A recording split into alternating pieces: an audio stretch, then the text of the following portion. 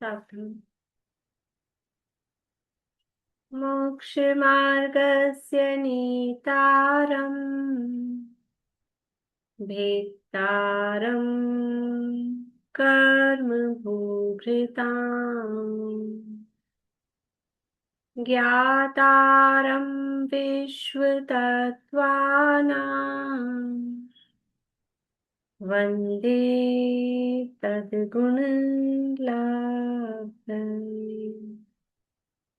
वन्दे तद्गुणलाभम्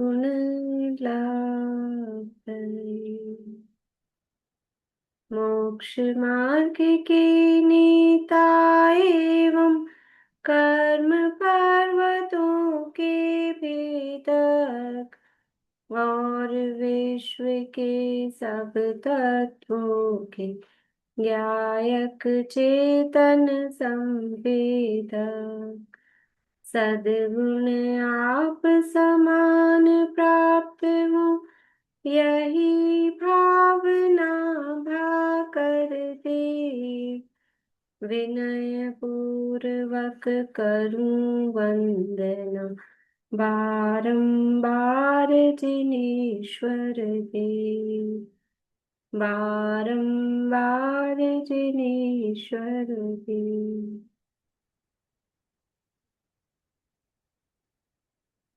तो आठ सूत्र नामक ये महाशास्त्र है, आचार्य श्री उमा स्वामी देव द्वारा रचित।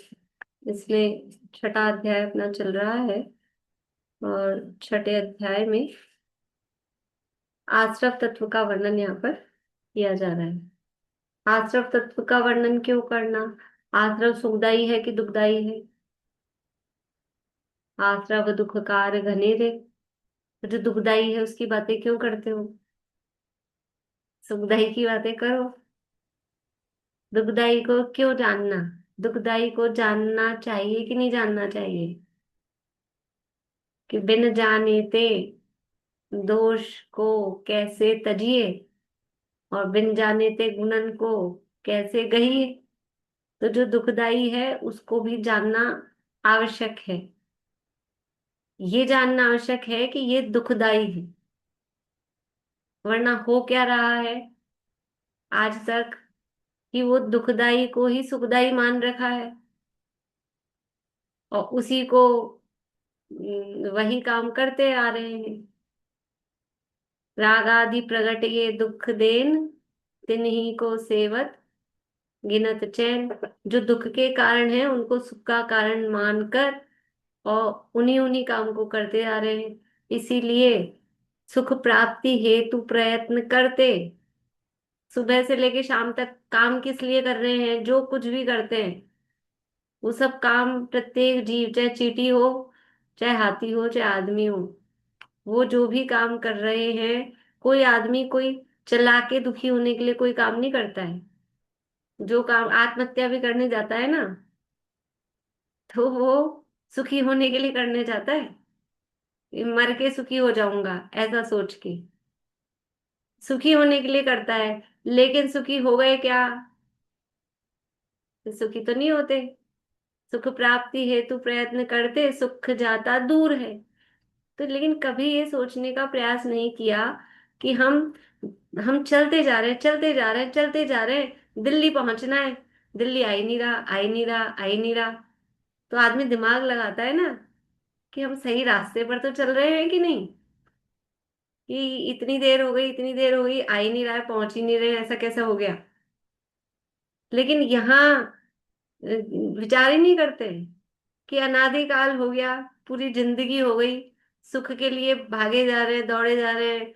कभी ये कुछ खा पी कर, कभी घूम फिर कर, कभी बच्चों में, कभी पति में, कभी पत्नी में, कभी माता में, कभी पिता में, कहाँ कहाँ सुख नहीं ढूंढा और सुख मिल ही नहीं रहा है। तो ये विचार नहीं आता कि हम जो खोज कर रहे हैं वो हमारा प्लेस, हमारा स्थान, या हम जिस रास्ते पे चल रहे हैं वो सही भी है कि नहीं। असली प्रॉब्लम क्या है कि हम जिस रास्ते पर सुख खोज रहे हैं वो रास्ता ही गलत है।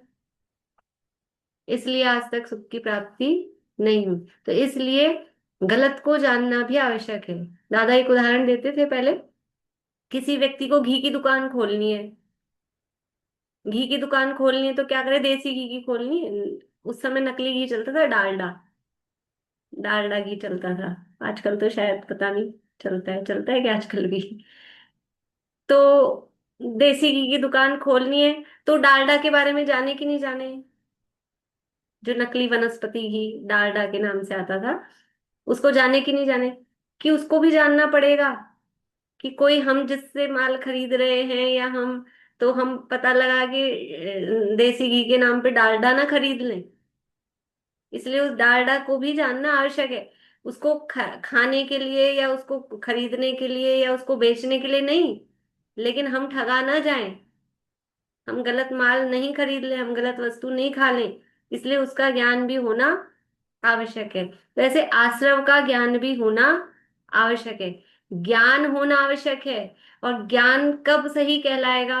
आश्रव का ज्ञान, सही ज्ञान, आश्रव का सही ज्ञान कब कहलाएगा, या आश्रव का सही ज्ञान कब सही कहलाएगा? समझ में आ रही बात? कि हमें आश्रव का सच्चा ज्ञान हुआ है, ये बात कब सच्ची होगी? कि जब हम आश्रव को जानकर ये आश्रव दुखकार घनेरे, ये हम निर्णय कर लें, और फिर बुद्धिवंत तिन्हें निर्वेरे, फिर ये हे है उनको छोड़ दें, उनसे सुख की कल्पना छोड़ दें, तो आश्रव का सच्चा ज्ञान होगा। नहीं तो फिर क्या है? ये तो खाली बस यहाँ, जैसे बाहर में अलमारियां भरते हैं, ऐसे यहाँ पर कुछ भर लिया है, ये दिमाग रूपी अलमारी को भरना है। ऐसा ही होगा, फिर ये खाली परिग्रह हो जाएगा वो ज्ञान। यदि ज्ञान को से हमने निर्णय का काम नहीं किया, इस ज्ञान को हमने निर्णय के यूज में नहीं लिया, तो वो ज्ञान भी परिग्रह है। भर लिया है हमने ये ज्ञान, वो ज्ञान, ये याद कर लिया, वो याद कर लिया, भर गया है, वो ज्ञान भी परिग्रह हो जाएगा। तो ज्ञान का प्रयोजन क्या है? हे उपादेय का निर्णय करना, ये उस ज्ञान का प्रयोजन है। तो ऐसे निर्णय के साथ में ये आश्रव तत्व का अधिकार, यहाँ छठा अधिकार यहाँ बताया गया है। सबसे पहले आश्रव किसे कहते हैं, और फिर वो आश्रव कितने प्रकार का होता है, ये चर्चा हमने देखी थी। स्वामी की अपेक्षा से आश्रव दो प्रकार का कहा गया है, सांप्रदायिक आश्रव और इर्यापत आश्रव। सांप्रदायिक आश्रव किसे कहते हैं और इर्यापत आश्रव किसे कहते हैं? बोले चेतना जी। कषाय सहित जो आश्रव है उसे सांप्रदायिक आश्रव कहते हैं, और योग सहित जो आश्रव है उसे इर्यापत आश्रव कहते हैं। योग सहित के साथ या तो मात्र योग लगाएं, नहीं तो या कषाय रहित, नहीं नहीं, तो कषाय कषाय रहित रहित, बोले वो ज्यादा कषाय अच्छा। रहित, हाँ कषाय रहित। क्योंकि जब कषाय है तब भी योग तो है ही सॉरी। है ना, तो वहाँ अतिव्याप्ति हो जाएगी, थोड़ी दोष हो जाएगा। ठीक है। आप गुमट साहब पढ़ रहे, सुन रहे हैं कि नहीं? हम पढ़ रहे हैं, अब मेरा बीच में मिस हो रहा है पर मैं पूरा पढ़ रही हूँ। ठीक है। सांप्रदायिक आश्रव किसे कहते हैं? संप्रदाय यानी कषाय या संसार।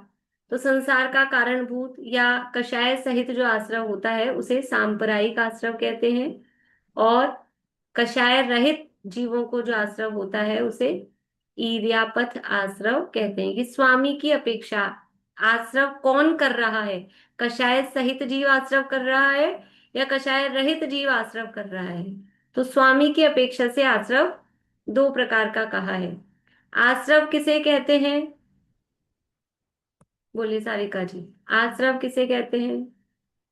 कर्मों के आने के द्वार को आश्रव कहते हैं। कर्मों के आने के द्वार को आश्रव कहते हैं। तो वो कर्मों के आने का द्वार क्या है? यहाँ तत्वार सूत्र की भाषा में क्या कहा है उसे?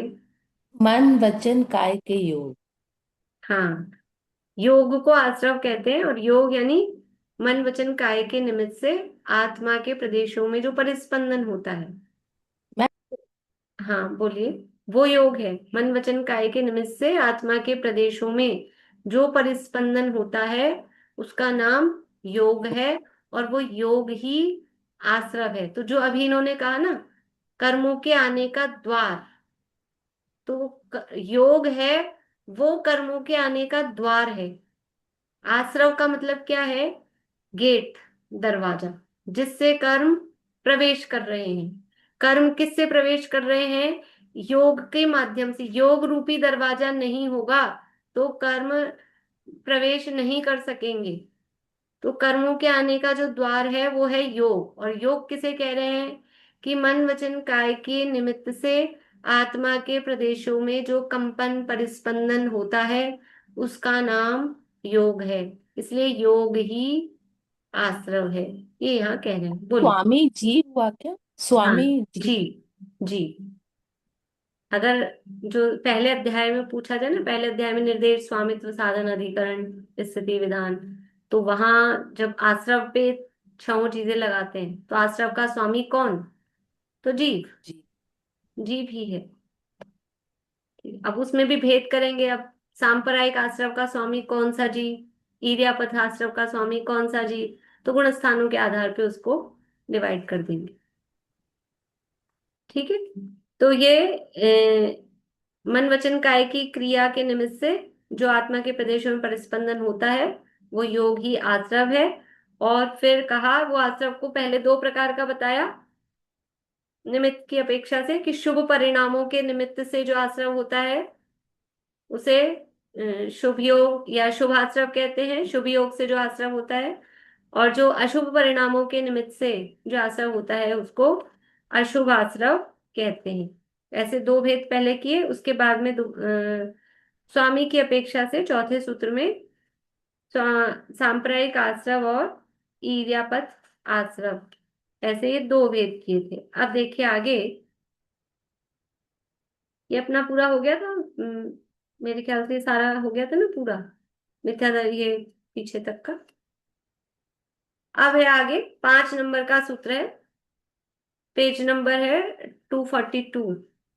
तत्वार्थ मणि प्रदीप में 242 नंबर का पेज है। अब सांप्रदायिक आश्रव की चर्चा करते हुए सूत्र कहते हैं जो इस प्रकार है।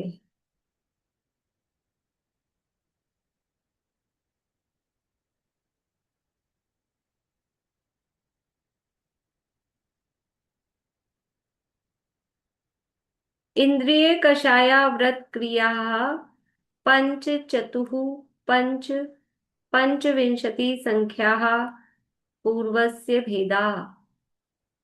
सूत्र बोलेंगे कोई? बोलिए सुमन जी। इंद्रिय कषाया व्रत क्रियाः पंच चतु पंच पंचविंशति संख्याः पूर्वस्य भेदाः। हम्म क्या कह रहे हैं इसमें? देखिए शेयर कर देती हूँ मैं।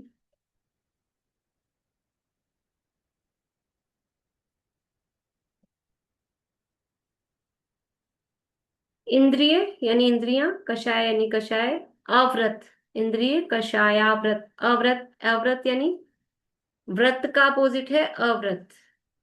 ठीक है। व्रत किसे कहते हैं? व्रत किसे कहते हैं? पांचों पापों के त्याग को व्रत कहते पापों के त्याग को व्रत कहते हैं। तो अव्रत किसे कहेंगे? पापों के त्याग को व्रत कहते हैं, तो अव्रत किसे कहेंगे? हैं।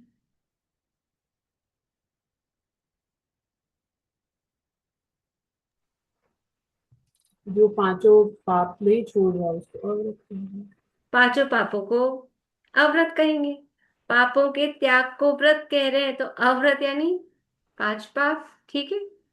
तो इंद्रिय यानी इंद्रिया, कषाय यानी कषाय, और वैसे स्वरूप अपने को पता ही है और थोड़ी चर्चा भी करेंगे। अव्रत यानी पाप। ठीक है।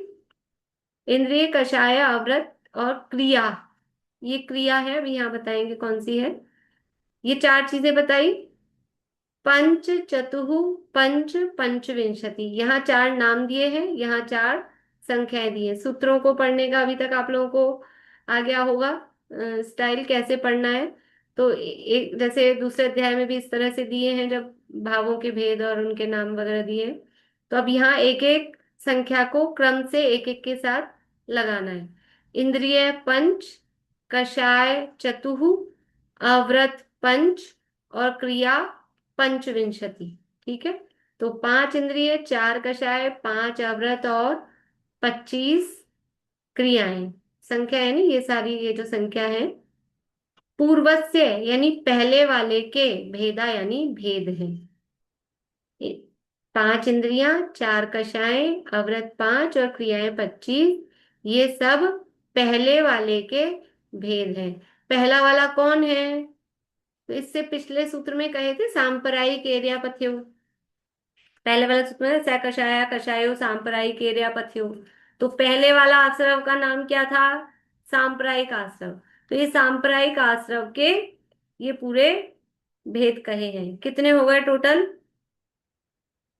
5 और 4 9 और 5 14 और 25 39। ये 39 प्रकार के किसके भेद कहे हैं? सांप्रदायिक आश्रव के। ये सांप्रदायिक आश्रव के 39 भेद यहाँ पर बताए हैं। इंद्रियां सबको पता है, इंद्रियां किसे कहते हैं, इंद्रियां क्या होती हैं, है ना? जो शरीर के चिन्ह विशेष हैं, आत्मा को ज्ञान करने में सहायक होते हैं, वो इंद्रियां कहलाते हैं। ठीक है। सर्वार सिद्धि में ऐसी परिभाषा दी है इंद्रिया की, इंद्र के लिंग को या इंद्र के चिन्ह को इंद्रिय कहते हैं। और इंद्र मतलब आत्मा। इंद्र मतलब आत्मा। तो आत्मा का जो चिन्ह है नहीं, पहचान का ज्ञान कराने में, या जीवों की पहचान भी होती है ना, एक इंद्रिय, दो इंद्रिय, तीन इंद्रिय, तो वो आत्मा का चिन्ह बनते हैं संसार अवस्था में, वो इंद्रिय कहलाती है। ये 5 होती हैं, स्पर्शन, रसना, घ्राण, चक्षु और कर्ण। ऐसी ये 5 इंद्रियां हैं। इसके बाद में कषाय। कषाय किसे कहते हैं? जीव को जो दुख देने में निमित्त होती है। देखो, जो आत्मा को कसे वाली परिभाषा तो वो बच्चों के लिए है, वास्तव में कृषंती, कसंती नहीं है, कृषंती, जिससे संसार की खेती, कृषि, कृषंती, जो उसकी व्युत्पत्ति या संस्कृत से उसका जो अर्थ व्याख्या निकाल करते हैं, सर्वार सिद्धि में जो दी है, कृषंती। कृषंती यानी, कृषंती यानी खेती करना। कृषक बोलते हैं किसान को, वो खेती को कृषि बोलते हैं, कृषि। तो वो कृषंती इति कषाय, जो जीव को, जो संसार की खेती कराए, यानी संसार की वृद्धि कराए, उसका नाम कषाय है। ठीक है। तो वो कषाय 4 होती हैं, क्रोध, मान, माया और लोभ। इसके बाद में अव्रत, यानी जो पाप हैं, दुख के कारण ऐसे बुरे कार्य, वो 5 पाप है, हिंसा, असत्य, चोरी, अभ्रम और परिग्रह। इन 5 पापों के अत्याग रूप 5 अव्रत है। 5 पापों के त्याग रूप तो क्या होता है? व्रत। और 5 पापों के अत्याग रूप 5 अव्रत है। सरल है ये तो, अलग से किसी को बताने की जरूरत नहीं। हिंसा, झूठ, चोरी, कुशील, परिग्रह सब जानते हैं मेरे हिसाब से। अब देखिए, यहाँ 25 क्रियाओं की चर्चा यहाँ बता रहे हैं कि 25 क्रियाएं कौन सी हैं। तो जो स्वरूप यहाँ पर इनके ये नाम भी यहाँ दिए हैं टीकाओं में। सूत्र में तो 25 क्रिया दिए, उस समय थोड़ा प्रचलन में हुई, और यहाँ इसको टीकाओं में इनका खुलासा दिया गया है। पढ़ते हैं, देखिए यहीं से।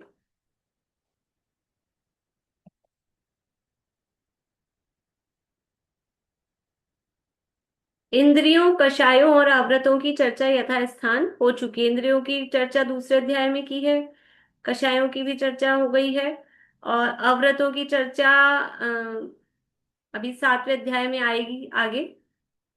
ठीक है। तो ये वहां पर है। अब यहाँ 25 क्रियाओं की चर्चा करते हैं। पहली क्रिया का नाम दिया है सम्यक्त्व क्रिया।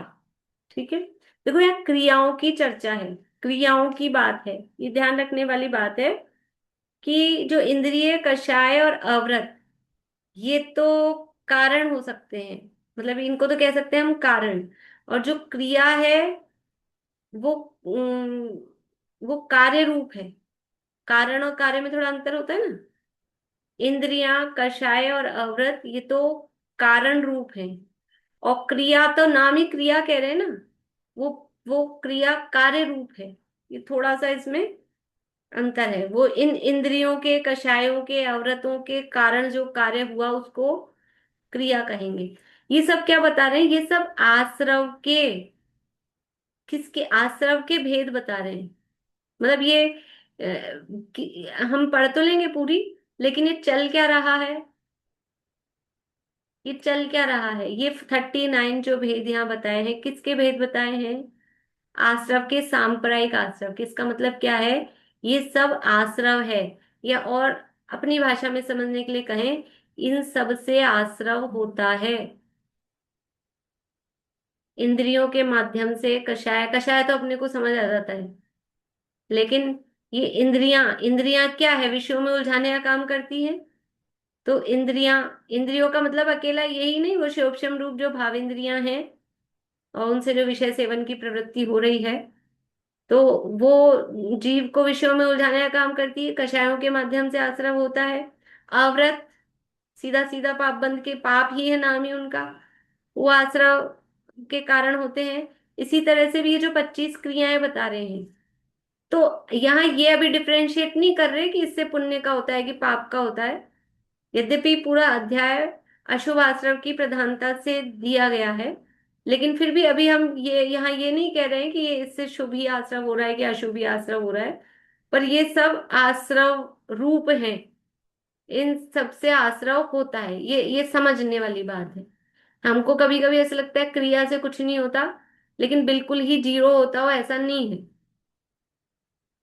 क्योंकि अभी 2-4 दिन पहले भी, 1-2 दिन पहले वो किसी प्रकरण में बातें चल रही थी ना अपनी, परसों ही, मिथ्यात्व का जब स्वरूप, हमारे अंदर से मन नहीं होता है, मन नहीं होता है, बेमन से, बिना भाव के हम कर रहे हैं ऐसा वैसा। लेकिन वो जो क्रिया हो रही है, अब इससे समझ में आएगा कि उस क्रिया का बिल्कुल ही जीरो फल हो ऐसा नहीं। जो ज्यादा फल लगेगा वो आप भाव सहित करोगे तो बहुत फल उसका लगेगा।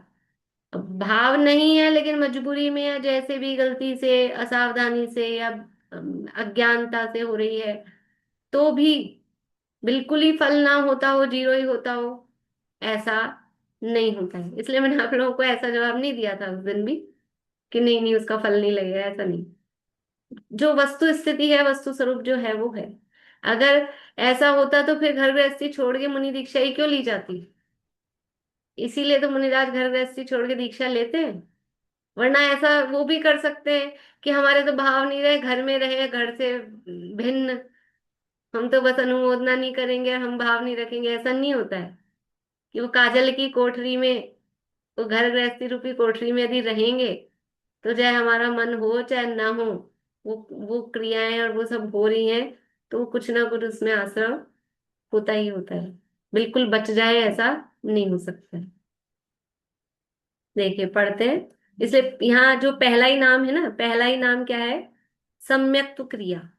लग रहा है अच्छी बात है, तो सम्यक क्रिया, लेकिन भेद किसके बता रहे हैं? कहा, आश्रम। कहने में सम्यक क्रिया है, लेकिन हो उससे रहा है आश्रम। चैत्य, गुरु और शास्त्र की पूजा आदि रूप सम्यक्त को बढ़ाने वाली क्रिया सम्यक्त्व क्रिया है। सम्यक्त्व आश्रव नहीं करा रहा है, लेकिन सम्यक्त्व के जो साधन है, चैत्य यानी जिन मंदिर, जिन प्रतिमा, गुरु, शास्त्र, इनकी पूजा, स्वाध्याय, भक्ति, ये सब क्या है? सम्यक को बढ़ाने वाली है, सम्यक को उत्पन्न कराने वाली है, सम्यक में निमित्त होते हैं ये सब। लेकिन वो जो भी हम क्रिया कर रहे हैं वो शुभ भाव है ना। देव, शास्त्र, गुरु के प्रति विनय, भक्ति, पूजा, ये जो भी परिणाम है, वो अंदर में तो शुभ भाव है, और उसके लिए वो जो क्रिया हो रही है, तो वो शुभ भाव, शुभ भाव ही अपने आप में, शुभ शब्द ही लगाया, वो आश्रव है, वो आश्रव है। और उसके लिए जो क्रिया हो रही है, तो वो उसको नाम दिया सम्यक्त क्रिया। लेकिन इसका मतलब ये नहीं है कि सम्यक्त आश्रव है या आश्रव का कारण है। पर सम्यक्त के पहले या साथ में या बाद में जो ये शुभ भाव रूप क्रिया हो रही है, वो भी आश्रव रूप तो है ही है। ठीक।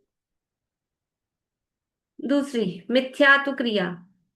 मिथ्यात्व के उदय से जो अन्य देवताओं के स्तवन आदि रूप क्रिया होती है, वह मिथ्यात्व क्रिया है। ये बिल्कुल इससे अपोजिट है।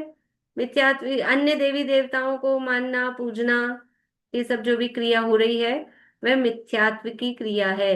ये ग्रहित मिथ्यात्व की बात यहाँ विशेष रूप से कर रहे हैं। अन्य देवी देवताओं को, और अन्य देवी देवताओं को मानना पूजना, या फिर मिथ्यात्व के कारण बाहर सामने सच्चे देवशास्त्र गुरु होने पर भी उनसे कुदेववत व्यवहार करना। जैसे अन्य देवी देवताओं के सामने हम कुछ भी लौकिक कामनाएं करते हैं, याचनाएं करते हैं, कुछ उनसे चाहते हैं ये कुछ मिल जाए, ऐसा ही वीतरागी सर्वज्ञ परमात्मा से भी याचना करना, मांगना, कुछ देने वाला उनको मानना, वो मिथ्यात्व की ही क्रिया है, वास्तव में मिथ्यात्व की ही क्रिया है। सम्यक्त क्रिया तो वो कब कहलाए कि उनके वितराग सर्वज्ञ स्वरूप को पहचान कर उनका बहुमान भक्ति पूजन आदि, क्योंकि कह रहे सम्यक्त को बढ़ाने वाली। यदि महावीर भगवान की भी पूजा इसलिए की जा रही है, या पार्श्वनाथ भगवान की पूजा इसलिए की जा रही है कि हमारे, या मुनि सूरतनाथ भगवान की जा रही है, हमारे ये ग्रह दूर हो जाए, ये समस्या दूर हो जाए, ऐसा हो जाए, या भक्तामर स्तोत्र इसलिए पढ़ा जा रहा है, ये विघ्न आ गए हैं, ये रोग आ गया है, ये दूर हो जाए, तो इससे हमारा सम्यक तो पुष्ट नहीं हो रहा है, मिथ्या तो पुष्ट हो रहा है। इसलिए ये मिथ्यात्व क्रिया है। भले ही सामने आपने आदिनाथ भगवान विराजमान आपके हैं, या पार्श्वनाथ हैं कि महावीर है, या भक्तामर है, इससे फर्क नहीं पड़ता है। आपका प्रयोजन क्या है, आप किस प्रयोजन से, किस भावना से वो काम कर रहे हो, वो क्रिया क्यों की जा रही है, वो उस रूप कहलाएगी। देखिए आगे, तीसरी है प्रयोग क्रिया। प्रयोग क्रिया यानी शरीर आदि द्वारा गमनागमन आदि रूप प्रवृत्ति, वो प्रयोग क्रिया है। मतलब शरीर आदि द्वारा गमनागमन करने की इच्छा रूप जो क्रिया है ना, शरीर के माध्यम से हम जाएं आए, ये गमन आदि करें, ऐसी जो इच्छा है, वो जो प्रवृत्ति है, वो कहलाती है प्रयोग क्रिया। फिर है आगे समादान क्रिया। संयत का अविरति के सन्मुख होना समादान क्रिया है। कोई संयमी मुनिराज है, संयमी मुनिराज है, और वो मतलब वो अपना संयम छोड़ने के लिए तैयार तैयार है का मतलब है, अब वो कुछ ऐसा काम कर रहे हैं, शिथिलता आ गई है परिणामों में।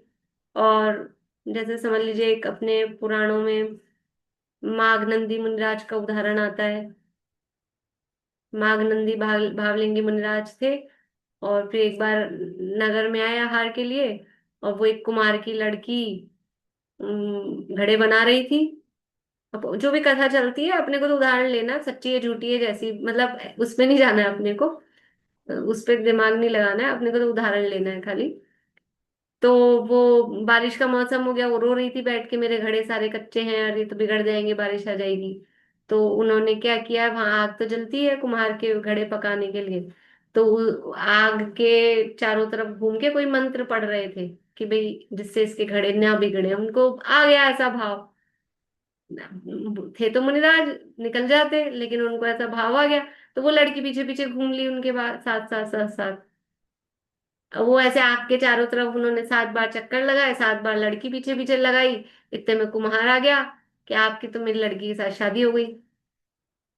तो अब वो संयमी मुनिराज थे, एक तो ऐसा भाव आ गया, और फिर वो कुम्हार ने कह दिया आपकी तो मेरी लड़की के साथ शादी हो गई, अब तो आपको रहना पड़ेगा।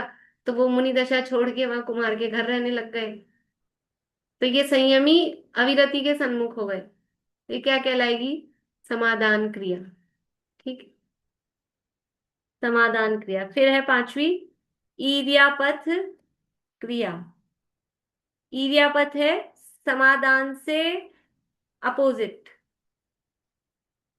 समाधान से अपोजिट यानी संयम को बढ़ाने, यहाँ दिया तो है ईर्यापथ की कारणभूत क्रिया, ईर्यापथ क्रिया है। ईर्यापथ कब होता है, ईर्यापथ नाम अभी पढ़ के आया भाई अपन कहीं, ईर्यापथ शब्द पढ़ा क्या कहीं, बोलिए सरिता जी। 10वें गुणस्थान के बाद 11वें गुणस्थान से इलिया प्रथास जो कसाय रहित जीव हो ईर्यापदाश्रम, तो, हाँ, तो वो कब हो कसाय रहा रहित है, जीवों को हाँ, कषाय रहित जीवों के हो रहा है। तो यहाँ कह रहे इरियापत की कारणभूत, यानी कषाय जिसमें ना हो, तो ऐसी जो क्रिया है, जो इरियापत जिससे हमको प्राप्त हो, वो क्रिया कहला रही है इरियापत क्रिया। तो इसका मतलब क्या हुआ, संयम को बढ़ाने वाली। वो पिछली वाली तो थी, संयम थे और असंयम के सन्मुख हो रहे थे। अब ये क्या हो जाएगा उल्टा उसका, कि जिससे संयम बढ़े और बढ़ते बढ़ते वो 11वें गुण स्थान में पहुंच जाए, 12वें गुण स्थान में पहुंच जाए, इरियापत तक पहुंच जाए, तो वो कहलाएगी इरियापत क्रिया। तो ये समाधान से अपोजिट हो गई। इस तरह से ये ए, 5 हुई। फिर है आगे प्रादोषिक, प्रादोषिकी क्रिया। प्रादोषिकी क्रिया किसे कहते हैं? क्रोध के आवेश से प्रादोषिकी क्रिया होती है, यानी मन में द्वेष बुद्धि हो, द्वेष बुद्धि हो, दुष्ट सा स्वभाव हो, बुरा चाहने की लोगों की भावना हो, इस तरह का, तो वो कहलाती है प्रादोषिकी क्रिया। ये क्या है, जो नाम यहाँ दिए हैं और जो इनका स्वरूप बताया है टीकाओं में, वो वैसा ही है। हम ज्यादा शब्द से, कहीं कहीं तो शब्द से अर्थ निकल रहे हैं, कहीं नहीं भी निकलेंगे, तो वो तो जहां लग जाते हैं वहां अपन लगा लेते हैं। बाकी ऐसा स्वरूप इनका दिया है शास्त्र में आचार्य ने, उसी रूप से ये बताई जा रही है। आगे देखिए, कायिकी क्रिया। दुष्ट भाव युक्त होकर उद्यम करना कायिकी क्रिया है। अंदर दुष्ट भाव सहित जो कुछ काम किया, पिछली वाली थी क्रोध के आवेश से,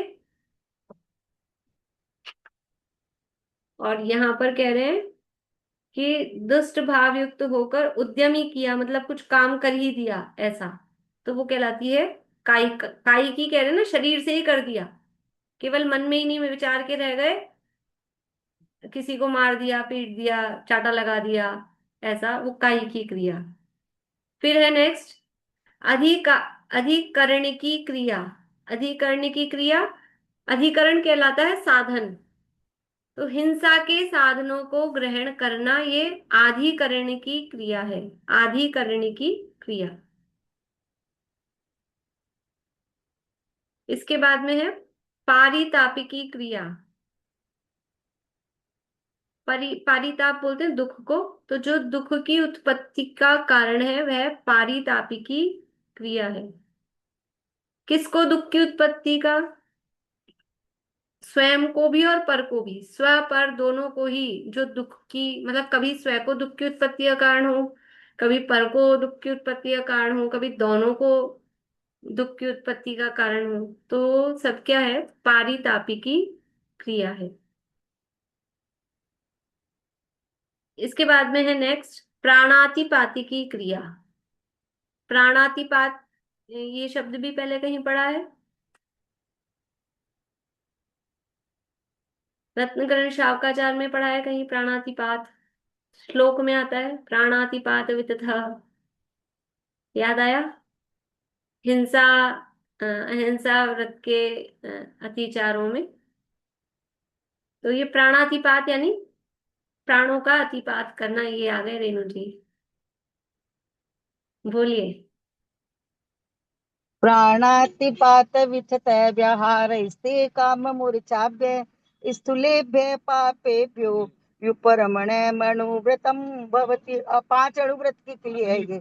हाँ, 5 अणुव्रतों के लिए, तो पहला अणुव्रत के लिए प्राणातिपात विदित है। बढ़िया।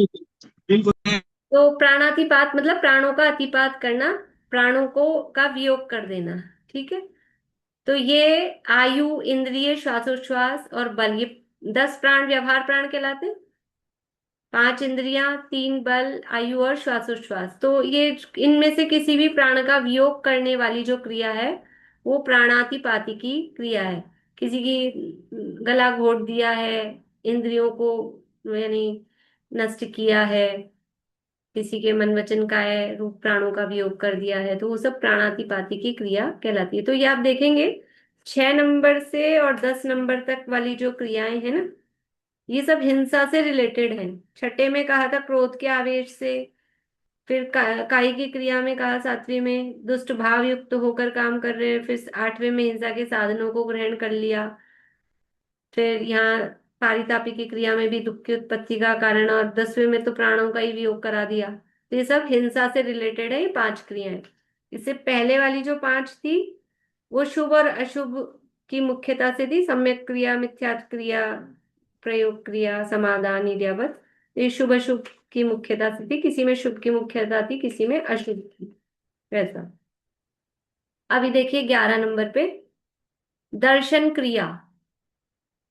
राग वश प्रमादी का रमणीय रूप के देखने का अभिप्राय दर्शन क्रिया है। अब यहाँ दर्शन का मतलब कोई भगवान के दर्शन और सम्यक दर्शन नहीं लेना। यहाँ किसका दर्शन, कि कोई यही रमणीय रूप आदि ये देखना, उसको देखने की जो क्रिया है रागवश, तो वो कहला रही है दर्शन क्रिया। फिर दूसरी है स्पर्शन क्रिया, 12वीं। प्रमादवश स्पर्श करने लायक सचेतन पदार्थ का अनुबंध स्पर्शन क्रिया है। ये दोनों में प्रमाद प्रमाद आ रहा है। मतलब प्रमाद का मतलब क्या है, कि अपने आत्म स्वरूप में असावधान है, आत्म स्वरूप में असावधान है, इसलिए कहीं किसी का रमणीय रूप देखने की क्रिया हो रही है, कहीं किसी की जो रमणीय सचेतन पदार्थ मतलब स्त्री पुरुष का आपस में इस तरह से, तो वो स्पर्श करने की क्रिया की जा रही है, उसको कहते हैं स्पर्शन क्रिया। फिर है 13वीं प्रात्यिकी क्रिया। प्रात्यिकी क्रिया यानी नए नए अधिकरणों को उत्पन्न करना, ये प्रात्यिकी क्रिया है। अधिकरण का मतलब है साधन। किसके साधन, कि इंद्रियों के विषय भोगों के नए नए साधन उत्पन्न करना, हमारे विषयों की वृद्धि हो, भोगों की वृद्धि हो, उसके लिए नए नए साधन उत्पन्न करना, वो कहलाती है प्रात्यिकी क्रिया। जैसे कि अब आजकल जो भी हो रहे हैं, समझ लीजिए कि पहले के जमाने में तो, बहुत पहले के जमाने में पंखे ही नहीं होते थे, तो किसी ने ऐसे हाथ से हवा करने वाला पंखा बना दिया। फिर उसमें थक जाते हैं तो ऐसे पंखे बने, और ऐसे वाले पंखे, तो बिजली तो थी नहीं तो चले कैसे, तो राजा महाराजाओं के महलों में लगे होते थे, और 2 लोग उसको, 3 लोग मिलके उनको घुमाते रहते थे, हिलाते रहते थे। यहाँ हमारे आमेर के महल में लगे हैं इस तरह के, कि फिर वो उनके सेवक लोग उसको हिलाते रहते थे। तो ये नया, फिर नया आविष्कार हो गया, तो बिजली का आविष्कार हो गया, अब आपको हिलाना नहीं पड़ेगा, अपने आप वो चलेगा। फिर और आविष्कार हो गए कि पंखे से काम नहीं चल रहा है और गर्मी लगती है तो कूलर हो गए। फिर और आविष्कार हो गए तो एसी हो गए, और पता नहीं अब क्या हो गए, ज्यादा नहीं मालूम इसके बाद कुछ क्या हो गया है। तो ये नए नए हमारे भोगों के लिए। इसी तरह से आप किचन में देख लो आइटम्स, कितने सारे इलेक्ट्रॉनिक जो भी चीजें हैं, अ, सिल्ला लोड़ी होती थी पहले, वो तो मिलेगी नहीं किसी के घर में। और अब क्या क्या क्या क्या दुनिया भर के, अब किसी को हाथ से कुछ नहीं करना है, आटा गूंथने की भी मशीन है, रोटी बनाने की भी मशीन है, सब चीजों की मशीन है। तो ये किसके साधन उत्पन्न हो रहे हैं, भोगों की। तो ये क्या कहलाती है, प्राप्ति की क्रिया। इसके बाद में है समन्तानुपात क्रिया। समन्तानुपात क्रिया यानी स्त्री पुरुषों और पशुओं के आने जाने उठने बैठने के स्थान में भीतरी मल का त्याग करना समन्तानुपात क्रिया है। यानी कि जो आने जाने का रास्ता था वहां पे आपने गंदगी कर दी है, तो ये कहलाती है समन्तानुपाती।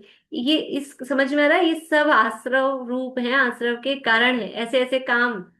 यानी जिस जगह मतलब, यदि इसका मतलब ये है कि आप तो पूरे ऑल ओवर इंडिया में ही है कि आप कचरा कहाँ डालो, डस्टबिन में डालो, सड़क पे कचरा नहीं फेंकना चाहिए, वैसे भी मैनर्स नहीं है और नियम भी है।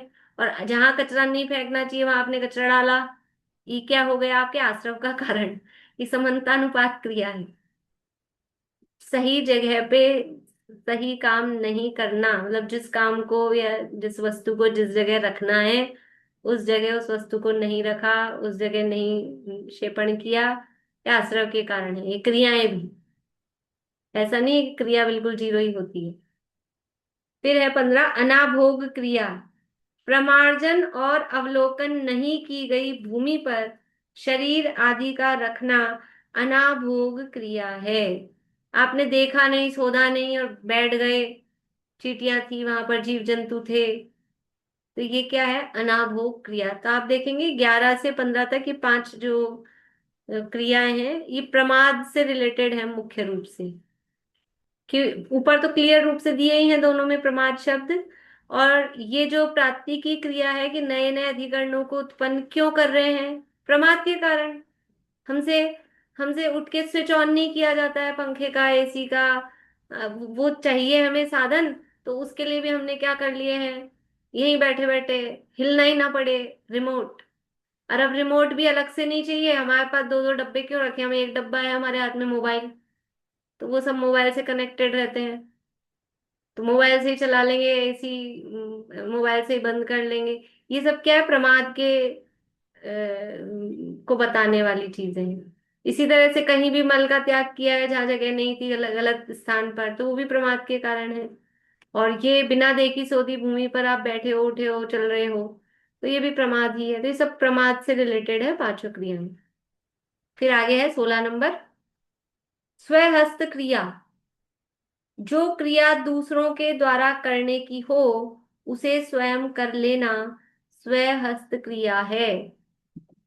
इसका तो मैं बहुत ज्यादा विश्लेषण नहीं कर रही हूँ, लेकिन आप थोड़ा बैठ के अलग से इस पे, मतलब इन सभी क्रियाओं पे विचार करना कि कहाँ कहाँ, मतलब किस किस से आश्रव का कारण या आश्रव रूप बताया है। जो काम हमें करने का नहीं था, किसी और के करने का था, उसको हमने ही कर लिया। तो जिसका काम उसी को करना चाहिए, दूसरे का काम आपने किया, तो वो क्या है? ये आश्रव। देखो इसमें दोनों बात हो सकती है, इसमें ये डिफाइन नहीं कर रहे हैं कि ये अशुभ आश्रव का कारण है कि ये शुभ आश्रव का कारण है, लेकिन कभी वही चीज अशुभ आश्रव का कारण हो जाती है, कभी वही चीज शुभ आश्रव का कारण हो जाती है। लेकिन कुछ चीजें ऐसी है कि जो काम, मान लीजिए सड़क की सफाई करनी थी, नाली वाल वगैरह की सफाई करनी थी, अब उसके लिए स्वीपर आता है, वो स्वीपर के करने का काम था, तो हम ही कर लेते हैं, तो वो उसके करने का काम था, आपने किया। ये स्वहस्त क्रिया, मतलब जो काम जिसके करने का है वो करेगा। आपके पास अपने काम कम हो, खत्म हो गए हो, काम तो खत्म होते नहीं है। तो ऐसा, ये इस तरह से इसमें, ये तो अपने इधर का उदाहरण उदाहरण लिया, उसको वैसा भी ले सकते हैं अगर शुभ में कि दूसरे का काम आपने किया, घर में ऐसा है कि चलो किसी का काम कम हो जाए, बाहर हल्का हो जाए, ऐसे करके किया तो वो शुभ, मतलब इस प्रयोजन से किया तो वो शुभ। और यदि कंजूसी के प्रयोजन से किया है कि उसको स्वीपर को पैसे कौन दे, हम ही कर लेंगे, तो वो मतलब समझ लो पाप के उसमें, अशुभ के उसमें चला जाएगा, ऐसा। फिर है 17 नंबर पे निसर्ग क्रिया। पापादान आदि रूप प्रवृत्ति विशेष के लिए संपत्ति देना, संपत्ति की जगह सम्मति देना, संपत्ति छपा है लेकिन सम्मति होना चाहिए, सम्मति। पापादान आदि रूप प्रवृत्ति विशेष के लिए सम्मति देना निसर्ग क्रिया है। अब वो संपत्ति भी देगा ना, तो भी सम्मति तो उसमें हो ही गई, संपत्ति दे रहा है, कुछ दे रहा है, तो वो अपनी अनुमोदना तो हो ही गई। और संपत्ति नहीं दे और सम्मति दे, मतलब उसमें अपनी स्वीकृति अनुमोदना दे, वो निसर्ग क्रिया है। पाप आदान, मतलब पाप के, आदान का मतलब होता है लेना, लेना देना, लेन देन, आदान निक्षेपण। आदान मतलब लेना, ग्रहण करना, उठाना, ऐसा। तो कोई भी पाप के जो साधन है, पाप को कोई कैसे लेगा देगा? तो जो पाप के कोई भी साधन है, उसका लेन देन करने के प्रयोजन से उस रूप प्रवृत्ति विशेष के लिए अपनी सम्मति देना। कोई कहे कि ये पिंजरा खरीद लें, ये ऐसे मच्छर मारने की वो रैकेट आता है, वो ले लें। किसी को क्या हो, आप वो ले आओ, वो खरीद लो, पिंजरा खरीद लो, जाल खरीद लो, इसको ऐसे बांध लिया करो। तो ये सब पाप के साधन है। और कोई आके पूछे कि हमारे घर में ऐसा हो रहा है, ऐसा हो रहा है, हम ये खरीद लें क्या, एक ये ले आए क्या, या ये वाली दवा छिड़क दे क्या, हाँ हाँ ऐसा कर दो आप, तो ये कर दो, तो वो सम्मति दी। तो ये हो गई निसर्ग क्रिया। बोलिए। मैम आपका चेहरा नहीं दिख रहा है। मैम जो निसर्ग है यहाँ पे, जो निसर्ग, एक निसर्ग है जो अधिगमज, एक वो सम्यक दर्शन भी होता है, उसका नहीं दोनों का क्या? नहीं, मैंने कहा ना कुछ शब्दों के, कोई यहाँ शब्दों से अर्थ किसी में तो हम लगा पा रहे हैं तो लग जाते हैं, पर कुछ शब्दों के अर्थ जो यहाँ दिए हैं वही हैं, मतलब हम वैसा अर्थ लगाएंगे तो वो नहीं भी लगेगा। अब वहां निसर्ग का मतलब स्वभाव होता है, अब यहाँ स्वभाव कुछ नहीं जम रहा, हम निसर्ग वाला स्वभाव अर्थ लगाएंगे तो वो नहीं जम रहा है। अब निसर्ग का कोई और भी अर्थ होता हो तो वो अपने को ख्याल नहीं है, तो यहाँ जो अर्थ दिए है ना वो वैसे ही उसी रूप में उनको ले लो। देखिए आगे, विदारण क्रिया। विदारण क्रिया यानी दूसरे ने जो सावध्य कार्य किया है उसे प्रकाशित करना, विदारण क्रिया है।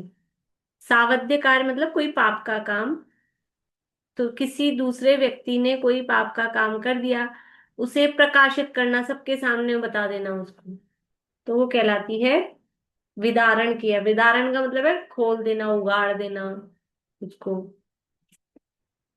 तो ये किसी ने कोई गलत काम किया, अब सबके सामने उसको बता रहे हैं, तो वो विदारण क्रिया है। फिर है 19 पे, आज्ञा व्यापादिकी क्रिया। आज्ञा व्यापादिकी यानी चारित्र मोहनी के उदय से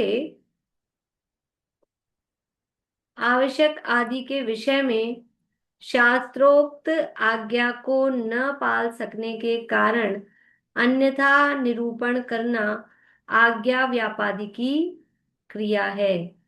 यानी इसमें निमित्त तो कह रहे हैं चारित्र मोहनी का उदय, मतलब हमारे कषायों का उदय है, और कषायों के कारण जो शास्त्र में आवश्यक आदि, यानी जो भी कार्य हमारे कहे हैं आवश्यक कार्य, तो देव पूजा, गुरु उपासना, स्वाध्याय, संयम, या मुनि राजों के समझ लो जो कोई आवश्यक कहे हैं सामायिक आदि, तो वो खुद नहीं पाल पा रहे हैं। तो खुद नहीं पाल पा रहे हैं तो अन्यथा निरूपण करना। शास्त्र में कहा है, मतलब किसी भी चीज के लिए ऐसा समझ सकते हैं कि शास्त्र में कहा है कि रात्रि भोजन नहीं करना चाहिए, रात्रि में पानी की बूंद भी नहीं पीनी चाहिए, अनछना जल की एक बूंद भी काम में नहीं लेनी चाहिए। अब मुझसे तो होता नहीं है, मुझसे तो होता नहीं है, तो फिर क्या करें कि नहीं नहीं, शास्त्र में ऐसा नहीं लिखा कि रात्रि में बिल्कुल ही कुछ नहीं खाना चाहिए, पानी तो ले ही सकते हैं, बिना अन्न की चीज तो ले ही सकते हैं, ऐसा मैं निरूपण करूं, क्योंकि मुझसे नहीं हो रहा है। तो ये क्या है, वो आज्ञा व्यापादिकी क्रिया। भाई निरूपण तो जो है शास्त्र में जैसा कहा है वैसा करो, आपसे पल रहा है नहीं पल रहा है वो अलग मैटर है, वो अलग बात है। कोई चरणानियोग की चीजें ऐसी हैं कि सर्वथा पूरी तरीके से हर कोई व्यक्ति नहीं पाल पाता है, गृहस्थ में बड़ा मतलब उतना इजी नहीं होता है, तो नहीं पाल पा रहा, पर ज्ञान तो है, दूसरों को तो गलत नहीं बता सकते ना। कोई पूछे ये खाने योग्य है कि नहीं है कोई वस्तु, कि हम तो खाते हैं, हम तो खाते हैं इसलिए तो खाने योग्य है, खाने योग्य है, ऐसा नहीं। फिर साफ दुनिया क्या कहेगी, हमको तो मना करते हो, खुद तो खा रहे हो, ये भी तो समस्या है। मैं आपको मना करूं ये चीज नहीं खानी चाहिए, और मैं खाती हुई दिखूं, तो आप लोग क्या कहेंगे, हमको तो मना करते हैं, खुद तो खाते हैं। तो वो बात भी सही है, प्रयास करना चाहिए, लेकिन निरूपण करते समय सत्य निरूपण करना चाहिए कि शास्त्र में तो इसका निषेध किया गया है, और जिससे जैसा जो निभता हो, जो पालन किया जाता हो, वो यथा योग्य करें, ऐसा। तो वो आज्ञा व्यापादी की क्रिया है। बोलिए। ये आपने सावध्य कार्य किस कहेंगे? सावध्य का मतलब पाप, पाप सहित जो कार्य होते हैं, पाप के कार्य वो कहलाते हैं सावध्य।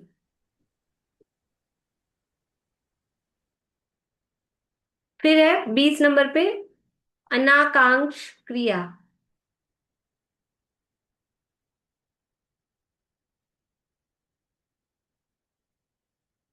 धूर्तता, शठता और आलस्य के कारण शास्त्र में उपदेशी गई विधि का अनादर करना अनाकांक्ष क्रिया है।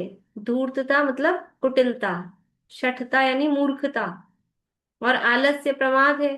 या तो कुटिलता है, या फिर आपको ज्ञान है, मूर्ख हो, या फिर आपका प्रमाद है। इसके कारण जो शास्त्र में जो विधि दी गई है किसी भी क्रिया की, उसका अनादर किया, उसको सही रूप में सीखा नहीं, पढ़ा नहीं, और पढ़ा सीखा तो भी ठीक है, बताया होगा कोई बात नहीं, तो उसका अनादर करना, ये अनाकांक्ष क्रिया है। ठीक है, तो इस तरह से ये आप देखेंगे तो 16 से 20 तक वाली जो क्रियाएं हैं, इनमें धर्माचरण के विरुद्ध जो क्रियाएं हो रही है उसकी प्रधानता है। ये धर्म में जो कहा गया है उससे प्रधानता से ऐसे हम डिवाइड कर रहे हैं उनको अपनी सुविधा के लिए। धर्माचरण की विरुद्धता इनमें दिखाई दे रही है। अब आगे है प्रारंभ क्रिया। छेदना, भेदना आदि क्रिया में स्वयं तत्पर रहना और दूसरे के करने पर हर्षित होना, ये प्रारंभ क्रिया है। कोई ऐसा काम हो, छेदन भेदन, किसी को छेदना हो, तोड़ना हो, भेदना हो, तो तैयार। और दूसरा कोई कर रहा हो तो हो, खुश हो जाए। क्या है, ये जमीन खोद दें, ये पेड़ तोड़ दें, ये पत्ती तोड़ दें, ये काट दें, ऐसा, हाँ करो, बढ़िया है। तो ऐसा जो है वो कहलाता है प्रारंभ किया क्रिया। ठीक है, दूसरा है 22वां, पारिग्राहिकी क्रिया। पारिग्राहिकी यानी परिग्रह का नाश न हो, इसलिए जो क्रिया की जाती है वह पारिग्राहिकी क्रिया है। अभी देखो, ये तो स्पष्ट रूप से ये अपने जीवन में, ये हम हमारी जो भी चीजें होती है वो सब परिग्रह है। हम मोबाइल में टेम्पर, ऊपर टेम्पर ग्लास लगवाते हैं, पीछे कवर लगा के रखते हैं, क्यों? कि गिर जाए तो खराब ना हो जाए, टूट ना जाए, स्क्रीन बच जाए। ये क्या है, उस परिग्रह की सेफ्टी के लिए। घर में अलमारी है, ताले हैं, लॉकर है, बैंक है, ये सब क्या है, अच्छे से लिखा पढ़ी कर लेंगे, बिल्कुल। और जो जो भी चीजें होती हैं सेफ्टी के लिए क्या क्या करते हैं, बिल्कुल गाड़ी में हमारे सेंसर लगे हुए हैं, और यहाँ ये वो सब क्या है, परिग्रह का नाश ना हो, मतलब उसकी रक्षा के लिए जो भी काम हम कर रहे हैं वो सब क्या है। देखो, अब तो फिर नहीं करेंगे, घर में ताले नहीं लगाए, खुले छोड़ दें, मोबाइल में कवर लगाना बंद कर दे, क्या करें? अनाज रखते हैं, अनाज घर में रखते हैं हम, परिग्रह है कि नहीं है? धन धान्य, धान्य है ना परिग्रह। फिर हम उसमें वो खराब ना हो जाए तो अच्छे से धो के, सुखा के, पैक करके, बिल्कुल, कहीं से हवा ना लग जाए तो जीव जंतु ना हो जाए, तो फिर नहीं करें हम। ये नहीं कह रहे करो कि मत करो, लेकिन ये तो गृहस्थ जीवन में जो भी होती है, पर जो भी आप कर रहे हो तो आश्रव तो होता ही है, ये बता रहे हैं। अब हमारी भावना क्या है कि हम, अगर हम उस परिग्रह, जैसे अनाज वाली बात लें, तो हम इसलिए उसकी सेफ्टी चाह रहे हैं कि इतना महंगा महंगा सामान आया है, इतनी रुपया खर्च हुआ है, और फिर वो पैसा खराब बर्बाद जाएगा, चीजें खराब हो जाएगी, एक तो ये प्रयोजन है। तो वो पाप रूप आश्रव के खाते में जाएगा। और हमारा प्रयोजन वो करते समय ये है कि जीव जंतु ना हो जाए, हमारे माध्यम से जीवों की विराधना ना हो जाए, हिंसा ना हो जाए, ये अंदर भावना प्रबल है। तो वही थोड़ा बहुत शुभ के खाते में चला जाएगा वहां उस समय। काम तो सब अशुभ ही है घर गृहस्थी के, लेकिन उसमें भी थोड़ा सा, थोड़ा ये सब कर्म अपने आप सब देख लेते हैं। इतना ज्ञान, यद्यपि ज्ञान नहीं है, फिर भी बहुत ज्ञान है कर्मों को। देखिए, फटाफट पूरा करें, समय हो रहा है। फिर है 23 नंबर पे माया क्रिया। तो ज्ञान दर्शन आदि के विषय में छल करना, ये माया क्रिया है। कुछ भी छल किया, अपन जानते हैं किसी कोई बात को, और फिर हमने छुपाया उसको, नहीं नहीं मुझे तो नहीं आता, मुझे तो नहीं पता, एग्जाम चल रहे हो, किसी ने कुछ पूछा हो कि मैं इसको बता दूंगी तो इसके ज्यादा नंबर आ जाएंगे। जैसे ज्ञान के बारे में, दर्शन आदि के बारे में छल करना, वो माया क्रिया है। मिथ्या दर्शन क्रिया, मिथ्या दर्शन के साधनों से युक्त पुरुष को प्रशंसा आदि के द्वारा दृढ़ करना कि तू ठीक करता है, मिथ्या दर्शन क्रिया है। देखो, एक पहले दूसरे नंबर पे आई थी मिथ्यात्व क्रिया, वहां तो मिथ्यात्व को बढ़ाने वाली जो क्रिया हो उसको कहा था मिथ्यात्व क्रिया। अब ये कह रहे हैं मिथ्या दर्शन क्रिया, कि जो मिथ्या दृष्टि है, मिथ्या दर्शन के साधनों से युक्त पुरुष मतलब वो मिथ्या दृष्टि है और मिथ्यात्व को और बढ़ाने वाला व्यक्ति है, उसकी प्रशंसा करना, उसको प्रशंसा के माध्यम से और उसको पोषण देना, तो ये मिथ्या दर्शन क्रिया है। फिर है लास्ट अप्रत्याख्यान क्रिया, संयम का घात करने वाले कर्म के उदय के त्याग रूप परिणामों का न होना अप्रत्याख्यान क्रिया है। संयम का घात करने वाला कर्म कौन सा है? संयम का घात करने वाला कर्म कौन सा है? ज्यादा समय नहीं है, एक या दो व्यक्तियों से पूछूंगी, बोलिए। अप्रत्याख्यान। संयम का घात करने वाला कर्म। चारित्र मोहनीय। नहीं नहीं, अप्रत्याख्यानावरण उद्देश्य संयम का है, प्रत्याख्यानावरण लेंगे तो पूर्व संयम का घात। ठीक है, तो ये संयम का घात करने वाले कर्म का उदय, उदय से त्याग रूप परिणामों का न होना, तो अप्रत्याख्यानावरण से ले अपन, अप्रत्याख्यानावरण कर्म है वो किंचित भी त्याग नहीं होने दे रहा है, प्रत्याख्यानावरण कर्म है वो पूर्ण त्याग नहीं हो रहा है, उसके उदय से हमारे त्याग रूप परिणाम नहीं हो रहे, तो वो क्या है? वो अप्रत्याख्यान क्रिया है। मतलब विषयों में आसक्ति का त्याग नहीं कर पा रहे हैं, विषयों में अत्यंत आसक्ति है, तो वो अप्रत्याख्यान क्रिया है, मतलब जिसके कारण हम संयम ग्रहण नहीं कर पा रहे हैं। आचार्य पूज्यपाद ने सर्वार्थ सिद्धि ग्रंथ में इन क्रियाओं को पांच पांच के समूहों में विभाजित किया। ये जो हमने विभाजन अभी देखा, तो ये सर्वार्थ सिद्धि में ही पूज्यपाद स्वामी ने हमें समझ में आया उसके लिए किए हैं। तो 21 से 25 जो है ये धर्म धारण से विमुख करने वाली क्रियाएं हैं। 20 तक का तो अपन ने देख लिया था, धर्माचरण के विरुद्ध वाली थी 20 तक, 16 से 20, और 21 से 25 तक है वो धर्म धारण से विमुख करने वाली क्रियाएं। तो सर्वार्थ सिद्धि जो टीका है द्वार सूत्र की पूज्यपाद स्वामी की, उसमें इनको पांच पांच के समूहों में विभाजित किया है। उक्त सभी क्रियाएं सांप्रदायिक आश्रव की कारण हैं। ये सारी क्रियाएं क्या हैं? सांप्रदायिक आश्रव की कारण हैं। इनमें इंद्रिया, कषाय, अवरत, ये तीन कारण रूप हैं और 25 क्रियाएं कार्य रूप है। इंद्रिय, कषाय, अवरत और क्रिया, चार दिए थे ना, तो इंद्रिय, कषाय, अवरत ये तो कारण है और क्रिया है वो कार्य रूप है। इस प्रकार से ये सांप्रदायिक आश्रव के कारणों की चर्चा यहाँ हुई। अब यहाँ समझ लीजिए कि प्रश्न उठता है कि ये सब तो मन वचन काय, ये आत्मा के कार्य हैं, सबके होते हैं, तो फिर सबको ही एक शास्त्र होगा। काय वांग मन कर्म ही हो गए शास्त्र है, सबके पास मन वचन काय है, जिनके पास है उनके पास, तो वो तो सबके पास ही है, तो सबके पास आश्रव एक सा ही होता होगा। तो आश्रव एक सा होता है सबका कि नहीं होता है, उसमें कुछ डिफरेंस पड़ता है क्या, क्यों पड़ता है, उसकी चर्चा अगले सूत्र में करेंगे। और उसके लिए आप सभी फिर से 6 दिन बाद हम यहाँ पर मिलेंगे। तो क्लास में आने से पहले, अब अपनी वीक में एक ही दिन होती है, तो यहाँ बैठने से पहले आज के दिन और फिर बीच में एक बार और एक दिन जिस दिन बैठ रहे हैं तो थोड़ा सा देख के बैठेंगे, तो हम जल्दी कनेक्ट कर पाएंगे। नहीं तो फिर वो क्या चल रहा है, क्या चला था, कुछ ख्याल नहीं आएगा। 5-10 मिनट भी, 5 मिनट भी कुछ हम देख कर बैठेंगे तो कम से कम विषय से हम जुड़ पाएंगे। सरल है अध्याय, आगे और भी सरल बातें हैं, लेकिन उपयोगी, सरल तो है लेकिन बहुत हमारे जीवन में काम आने वाली चर्चा इस अध्याय में है। तो विनीता आंटी, आप कुछ कहना चाह रहे थे, बोलिए। हाँ, मैं ये कहना चाह रही थी, कुछ ऐसा भी होता है हिंसा के अभाव में तो हम सामान भरते हैं, गेहूं गेहूं अच्छी बात है, बहुत से सोचते हैं सीजन बाद में आउट हो जाएगा तो महंगी हो जाएगी, तो वो ज्यादा पाप का काम है। हाँ, तो वही वही आदमी बनेगा ना को भाई। हम अगर फाइनेंशियल मतलब रुपए पैसे के हिसाब से देख रहे हैं तो वो अशुभ में पाप चला में जाएगा।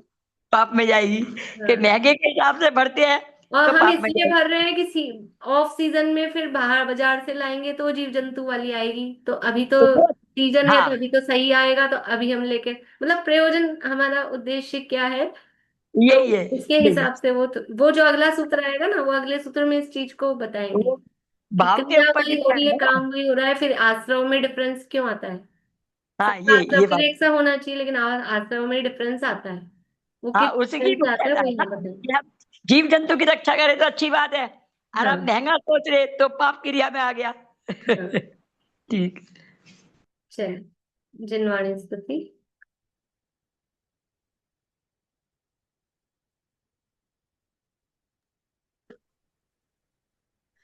कोई अपेक्षा है नहीं, निर्द्वंद हो जीवन, संतुष्ट निज में ही रहूं, नित आप सम भगवन।